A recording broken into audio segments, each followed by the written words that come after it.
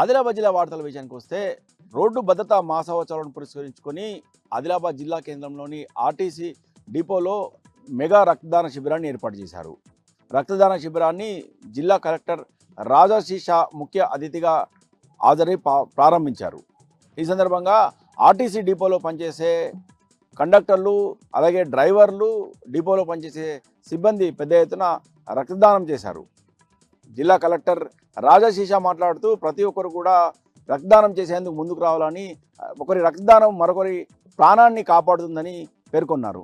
అలాగే ప్రతి ఒక్కరు కూడా రోడ్డు భద్రతా చట్టాలపై అవగాహన పెంచుకోవాలని, ట్రాఫిక్ నియమాలను పాటించాలని పిలుపునిచ్చారు.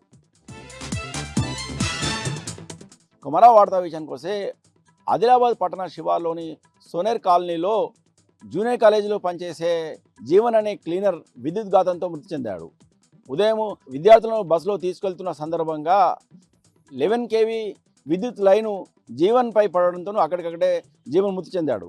అయితే విద్యుత్ శాఖ అధికారుల కారణంగానే జీవన్ మృతి చెందడం పేర్కొంటూ మృతికి సంబంధించిన బంధువులు అలాగే కుటుంబ సభ్యులు విద్యుత్ శాఖ కార్యాలయం ఎదుట ధర్నా చేపట్టారు.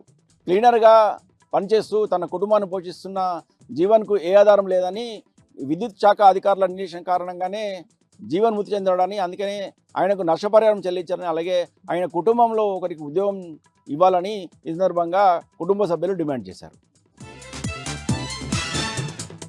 ఇక నిర్మల్ జిల్లా వార్తల విషయానికి వస్తే జిల్లా కేంద్రంలో 200 రూపాయల దొంగ నోటు చలామణి కలకలం రేపింది.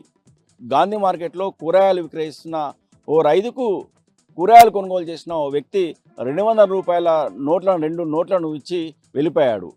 ఆ తర్వాత మరో వ్యక్తి నువ్వులను కొనుగోలు చేసి ఆ రైతు ఇచ్చిన 200 నోట్లను పరిశీలించగా ఆ 200 నోటు దొంగ నోటు అని తేలింది.